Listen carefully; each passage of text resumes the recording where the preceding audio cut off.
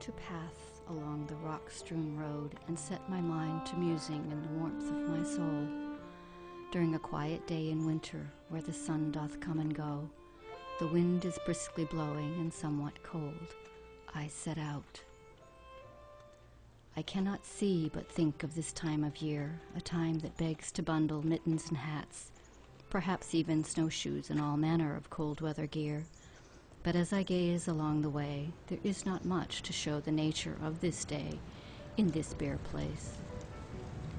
What with this thin blanket of snow and ice, 'tis hardly worthy any winter to embrace. Ever hoping while I ascend the well-marked trail to find more evidence and trace, and reveal the true season upon us.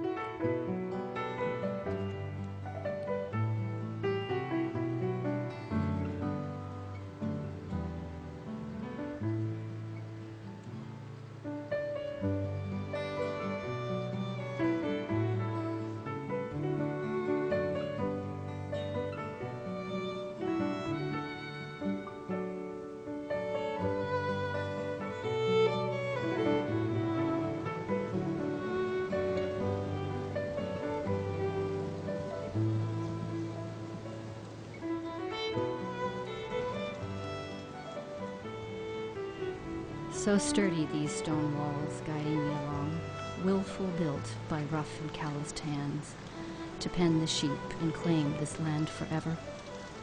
My awe rests in what endures 100 years or more. How soft our lives have become.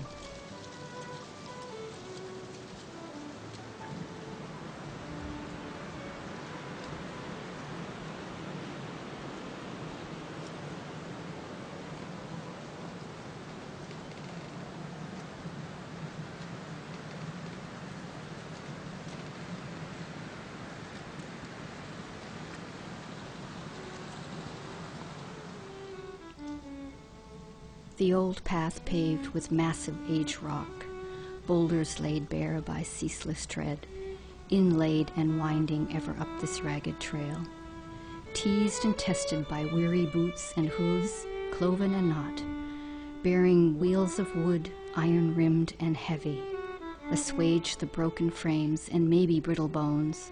I mourn the misfortune once marked along this way.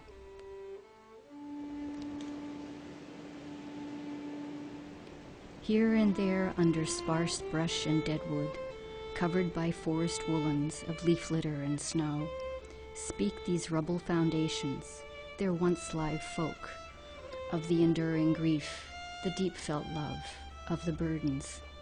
Now what person could live as they, these families long ago, that brought them here atop this pinnacle road? 'Twas finding some haven, a beautiful haunt, or perhaps for this serene and heavenly view. There was snow then, sleet and ice, snow upon snow, as high as a grown man's beard. The north wind howled its frightening gale, the wailing noise of unrelenting distress and fear. And with its sound befell upon all the true accoutrements of winter. But I would not be walking here, not then, not now, but for pleasure and fun.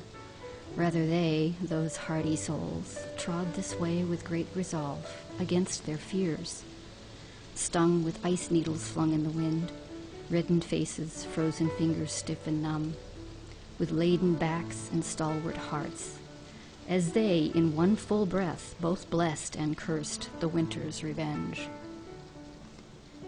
As irony does, it often speaks in dual tongues. 'Twas this same cold wind that drew them, to dwell apart in this desolate abode, to build a mill, a machine with gears and vanes, to move the stones, to grind the grains, No simple task by hand, with horse and wagon on this none-forgiving hill. Brave settlers be, with no stories to repeat.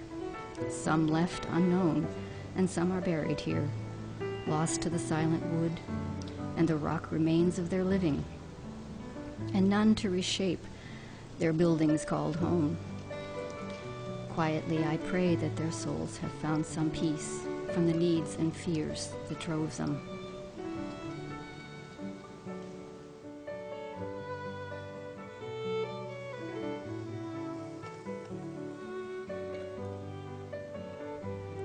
But here as I stand, my fears too rise up in this place stark against this scene.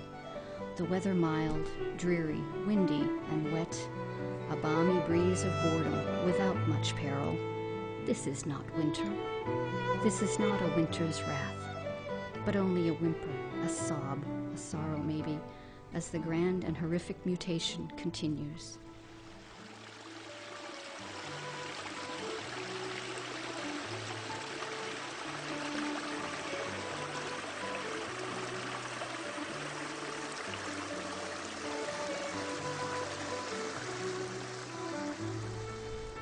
Even here, as I see the pleasant waters flow, a limpid scene where waters bubble and bounce, playfully down over pretty rocks, a bed in sand.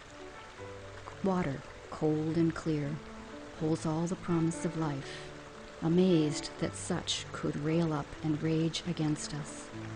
Suddenly death, coursing downstream a torrent of despair. Dear Lord, have mercy upon all who seek your grace. Is there no place secure in this world, safe from the wrath of powers beyond us? Gratefully fleeting are the moments of my despair, as a mercy, softly, faintly, beckons my heart, gently eased from this dreadful inner sight. My eyes bathe in shimmering waters, ceaselessly flowing, the sounds of swirling stars in brilliant eddies affixed with a lordly glow. My soul bathes in this bold, sustaining light. Now, see the trees still grow, reach and beseech, touching the gently clouded sky and the crystal air. Still the branches caress this and other worlds, and while whispering the eternal song, the wind sings, we remember.